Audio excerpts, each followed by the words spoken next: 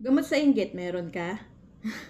Sabi ng iba, ang inggit daw ang pinakamahirap gamutin dahil ito yung pinakamalalang sakit. Pero itong tatlong i-discuss natin is tatlong paraan para maiwasan ang inggit sa katawan. Una, mag-focus ka sa sarili mo. Mag-focus ka sa goal mo. Madaming nangyayari sa buhay natin na hindi na natin namamalayan kasi nakafocus tayo sa iba. Nakafocus tayo sa achievement ng iba. Nakafocus tayo sa nangyayari sa buhay ng iba. So kapag ka nag-focus ka sa sarili mo, mag-focus ka sa pag-improve sa sarili mo, mag-focus ka sa goal mo, ano bang gusto mong marating sa buhay. Pagka na-busy na tayo sa pag-improve sa sarili natin, nag-focus tayo sa sarili natin, wala na tayong oras para sa iba. Wala na tayong oras para pakialaman yung buhay ng iba kasi busy ka na sa buhay mo. And pangalawa, huwag ikumpara ang sarili sa iba. Lagi natin kino-compare yung sarili natin sa iba kasi mas angat sila, mas lamang sila. Kaya hindi na tayo nagiging grateful sa mga achievement natin. Para ang liit-liit pa rin lagi ng tingin mo sa sarili mo kasi lagi kang kino-compare mo yung achievement ng iba.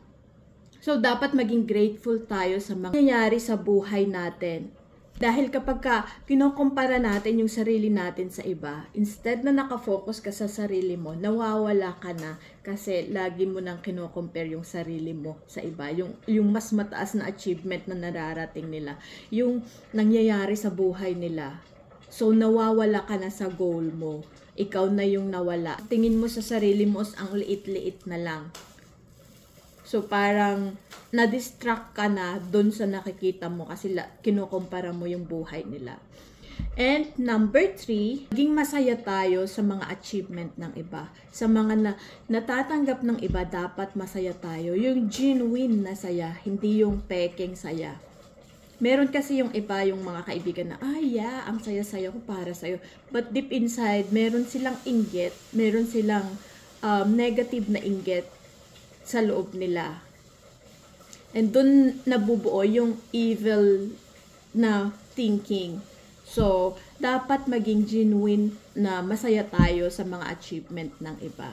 Gawin nating motivation kung anong nangyayari sa buhay nila. Gawin nating positive yung jealousy na nararamdaman natin. Pag ginawa nating positive motivation, and that's the tendency na you will strive more. Magtatrabaho para sa sarili mo and para ma-achieve mo din kung ano yung narating nila. Hindi yung inggit na nagiging evil na tayo. So, ayun, tatlong paraan para ma-minimize ang inggit sa katawan.